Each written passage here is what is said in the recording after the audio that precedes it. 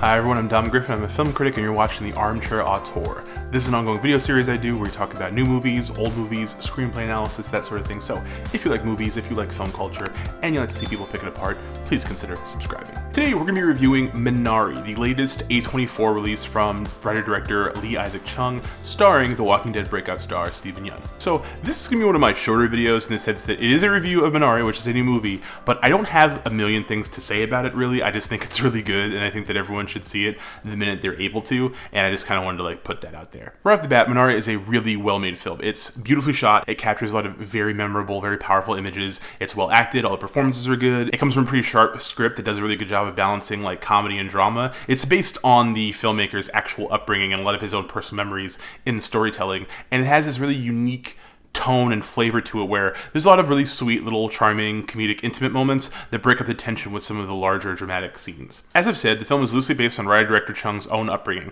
following a Korean family moving to Arkansas in the early 1980s, with Steven Yeun as the father Jacob, Han Ye-ri as mother Monica, Noel Kate Cho as older daughter Anne, and the absurdly adorable Alan Kim as young son David, a stand-in for the author. It also features Young Ya-jung as feisty and hilarious grandmother Sunja, who, in my opinion, kind of steals the whole movie. Much of my favorite stuff in the movie comes from her relationship with David and their curious bonding out in the middle of nowhere. The film's title is the name of a Korean vegetable that grows well when planted in almost any climate, an obvious metaphor for this poetic tale of a family transplanted into the enduring myth of the American dream. Minari is exactly the kind of movie that ends up on a lot of critics' year-end lists, and I mean, those are going to be weird this year already just because of COVID and stuff, but that's a story for another time. Anyway, it is the kind of movie that you see on critics' year-end lists every year, where if you're not a big person who follows art film and things of that nature, when people are talking about the best movies of the year, there's always 5 or 6 movies on it that if you're kind of a more mainstream person, have not heard of, even if other people have been raving about them since whatever film festival they debuted at. Minari definitely fits into that realm, and it's being distributed by A24, who's very smart at branding art films and independent films and stuff, so it's gonna become a larger part of the conversation as we get closer to the extended run of the Oscars. It's an understated kind of movie, there's not a lot of plot for me to really unpack. It really does just follow the interesting family dynamics of this family, kind of building a new life for themselves here in the middle of nowhere. There's a lot of really fun stuff on the side with Will Patton, who's one of my favorite character actors, as a farmer who works for Steve Yeun's character, and it's the kind of movie that really makes me miss when theaters are open because I spent the majority of my adult life working at art house cinemas, and you spend so much time throughout the year getting to check out the kinds of movies that nowadays seem to only end up on VOD or streaming and get easily overlooked. And Minari is kind of that vibe of movie, but I think it's one of the stronger ones that have come out in the last few years.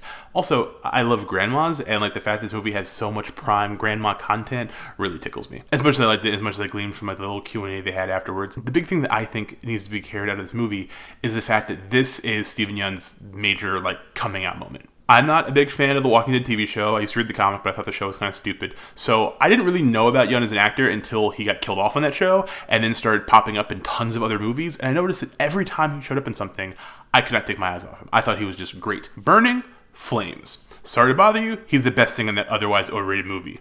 Even in something like Mayhem, which I don't think is the best movie or anything, he delivers a performance you just cannot look away from. The dude is just so captivating. So seeing him stretching his arms in this movie and playing sort of an older patriarchal role that I think a lot of young actors don't get to get until they're start to demonstrably age, and doing it so well and standing out, even though, like I said, he's not the best thing in the movie, grandma status, but it feels like this is his moment. He's obviously going to be in the conversation for Best Actor at the end of the year. It's not, I think, the best leading performance of the year. For that, I have to say it's definitely Riz Ahmed's work in Sound of Metal, which I haven't reviewed, but is just really, really good. But it feels like a moment where an actor of color who, otherwise would never kind of be in the conversation for Best Actors, who's just Joaquin and Leo and 3 other white guys, the fact that people are talking about it, this could really happen for him this year, whether or not he wins, I think it's going to be the moment where he starts to be someone that you can look at and say, that guy can be a leading man. You can put him in a movie and he can carry the movie because he is just that good. Now, there is a chance that he's probably just going to end up being in some kind of shitty superhero movie, or he'll just get stuck playing an MC role in the future or whatever. But I do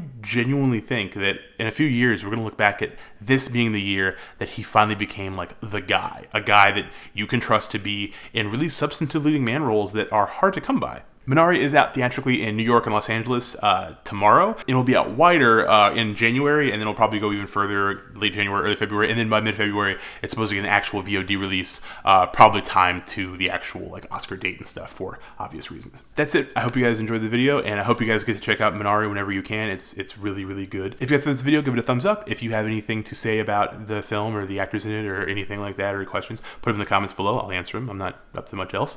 And if you have not subscribed, please consider subscribing. Hit the little bell icon to get notifications when I put out new videos. We'll have more new videos the rest of this week and the rest of this year. So thank you guys. Hope you're being good to each other. Staying safe. See you in the next one.